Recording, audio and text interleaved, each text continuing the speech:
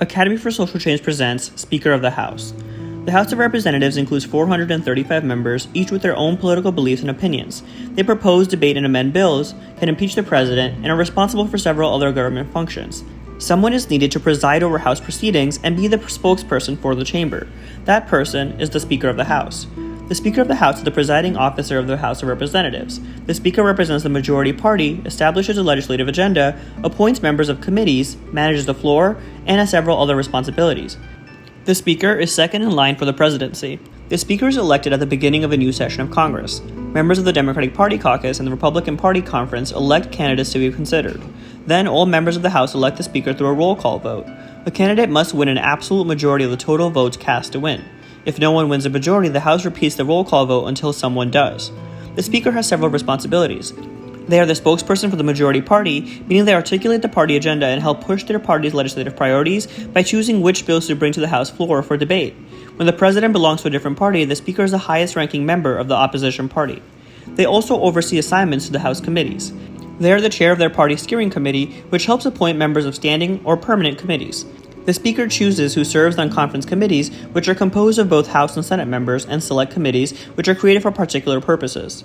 They also help appoint members to the Committee on the Budget, Committee on Rules, and Committee on House Administration. The Speaker is in charge of several appointments outside of committees too. They select the Speakers pro tempore, who preside over the chamber if the Speaker is absent, and some House staff. The Speaker manages the floor and keeps order in the House.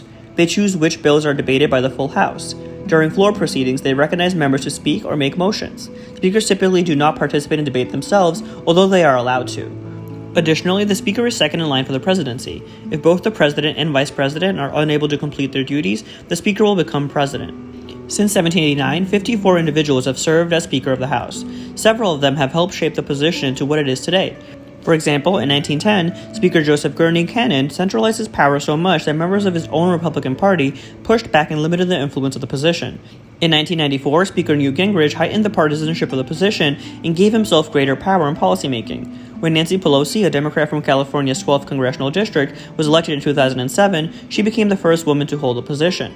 After being elected to the speakership again in 2018, she led the opposition to the Trump presidency, supporting his impeachment proceedings in 2019 and 2020.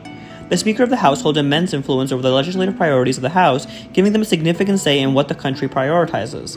The Speaker advances their party's ideology, both checks and supports the president, and works to make sure that American people's voices and priorities are heard and addressed. Now it's your time to think further. What do you think is the most important responsibility of the Speaker?